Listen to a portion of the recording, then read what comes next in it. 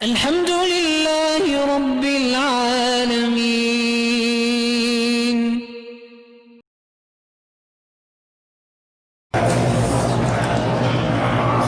ایک حنفی بھائی نے اپنی بیوی کو 3 طلاقیں دی، پھر اہل حدیث والوں سے فتویٰ لے کے بیوی کو زبان رکھ رہے بالکل نہیں رکھ سکتا، صرف بیوی کے لیے تم مذہب بدل رہے ہو۔ فضائل اعمال کتاب غلط ہے تو اس میں تو ان کی تو کوئی چیز نہیں لکھی ہوئی، وہ تو کتابوں سے انہیں نقل کی ہے، تو جن کتابوں سے وہ لیا کہ پہلے ان کتابوں کو غلط قرار دو نا۔ اور تیرے میرے کہنے سے کیا ہوگا، اس وقت پوری دنیا میں سب سے زیادہ کتاب پڑھی جانے والی فضائل اعمال ہے، تو یہ تلقی بالقبول جو ہے کہ پوری امت نے اس کو قبول کر لیا ہے، اعتراض نہ کیا کرے، کوئی مسئلہ پوچھا کرے۔ قادیانی کے ساتھ کاروبار کرنا بالکل نہ کریں، یہ مرتد ہیں۔ یہودی کے ساتھ ہو سکتا ہے، نصرانی کے ساتھ ہو سکتا ہے، قادیانی کے ساتھ نہیں ہو سکتا۔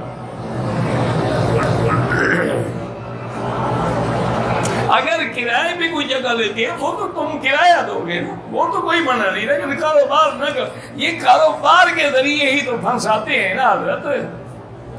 یہ جتنی باطل فرقے ہیں نا، اسی پیسے کے ذریعے تو لاوا ڈالتے ہیں، جب پیسے میں نہ پھنسے تو پھر خوبصورت عورت دیتے ہیں،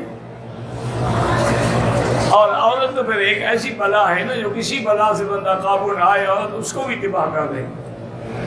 100 سال کی عبادتیں ایک رات میں ختم،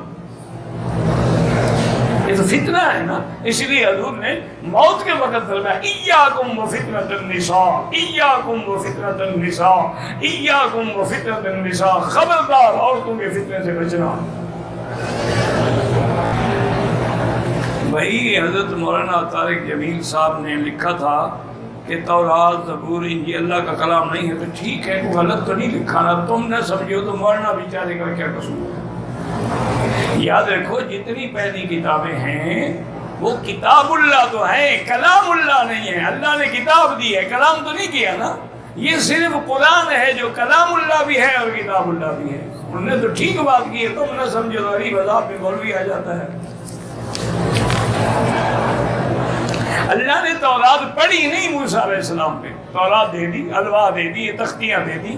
قرآن تو ایسا ہے کہ اللہ نے خود جبریل پہ پڑھا اور جبریل نے محمد مصطفیٰ پہ پڑھا ہے، تو لہٰذا یہ کلام اللہ بھی ہے اور کتاب اللہ بھی ہے، اور اللہ نے ٹھیک کہا ہے، کچھ سمجھنے کی کوشش کیا کرو۔